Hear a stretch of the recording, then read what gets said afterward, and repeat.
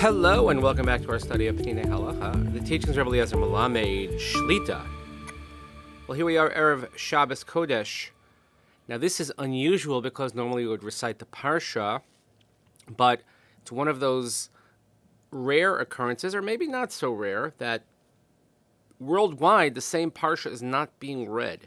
So for here in the diaspora, in Chutz La'aretz, we will be reading Parshas Naso, but those who are in Eretz Yisrael will be reading Parshas Beha'aloscha because Shavuos, of course, is only one day in Eretz Yisrael, and the second day of Shavuos for us was Shabbos. So on Shabbos last week we read the Shavuos landing for the second day, whereas in Israel it was regular Shabbos, which went into Shabbos from Yontif, so they read Parshas Naso.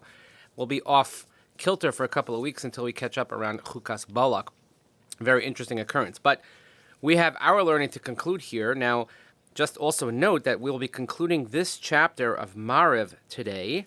Next week in Mirza Hashem, we have actually one more chapter in this Sefer on Kriya Shema Lamita, which, well, believe it or not, and I'm looking, it's like over 230 episodes that will have covered the entirety of the Sefer on Tefillah. So we have to move on to another Seder Halimud. So if anybody has any suggestions, requests, please feel free to get in touch with me, and we will start the next volume. We'll see which one it might be. And there's also actually a new volume that just came out of Peninei Halacha on Cheftei Kedusha. I haven't had my hands on it. It's available in Israel. I have one of my kids getting it for me in Israel. I have to just get it here to the States. It's not here in the States yet. It's online.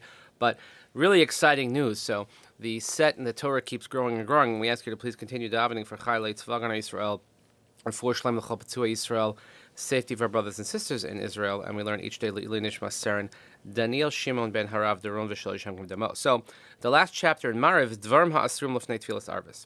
Asr Lahaskil Le'echol Chatzi Shel L'fnei Tzeitzei Kachavim.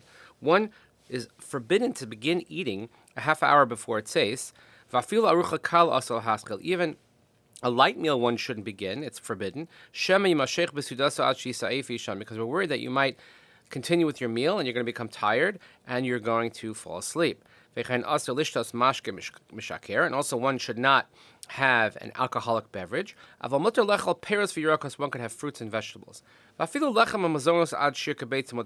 even a small amount of bread or mazonos up until an egg size one would be allowed to eat. Let's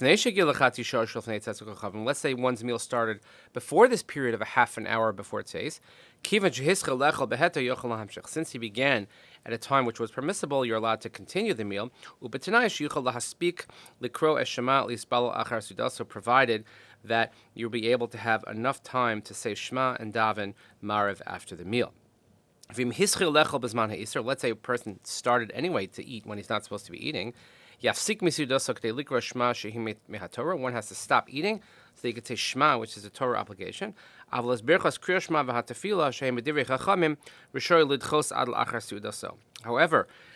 Kriya Shema and the Shemona Esrei, which are only midrabanan, one can wait till after the meal. Let's say someone asked his friend who's not eating, say, listen, remind me that afterwards I have to say Shema and I have to daven Maariv. So then one could even begin a meal even after Tzeitzik Kachavim. Let's say they both need to eat and they didn't yet daven Maariv. So they can make a condition between them that one will remind the other to daven Maariv. Then we're not worried that there's going to be any forgetting. Let's say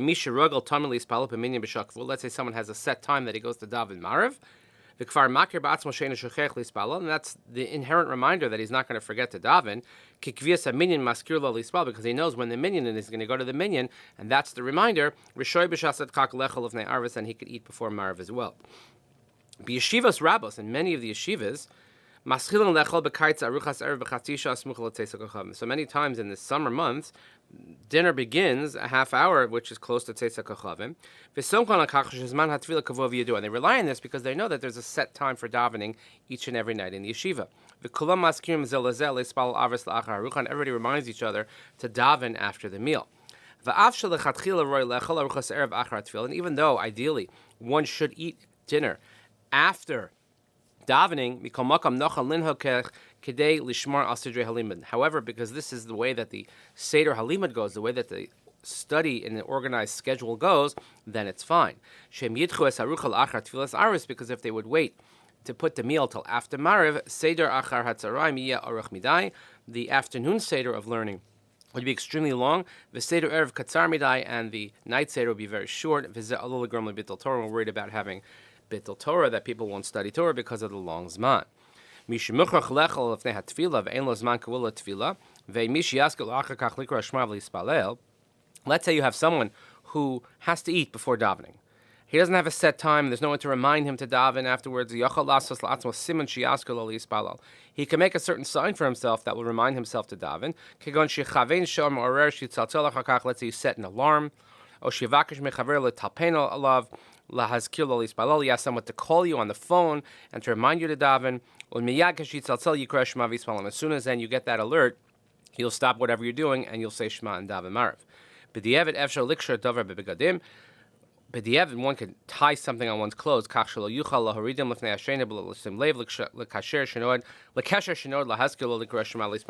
Something that will be impossible to miss.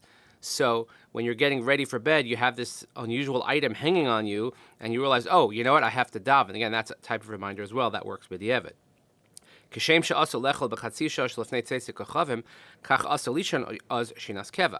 Just like one cannot eat a half hour before taste, also one cannot go to sleep, a full night's sleep before then. In a case of need, in the beginning of the evening, when everybody is still awake, and he has to sleep, you could ask someone to wake you up so that you can daven. Someone who has intention that he's going to daven Marv by himself without a minyan. One shouldn't begin learning Torah after taste, but rather he should daven first, and then he should learn. However, if it's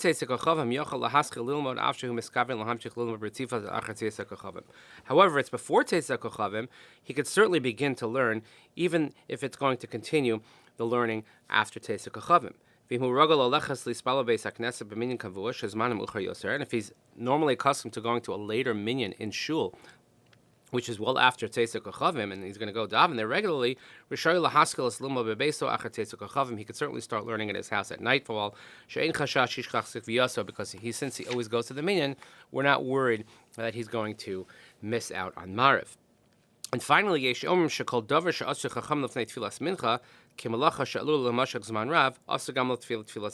saw earlier mincha moons ago, that anything that Chazal prohibited to do, because we're worried that this will continue, a type of malacha that will continue for a long period, which will preclude you from saying mincha, the same applies to Mariv. And some say that only before mincha these malachos were prohibited,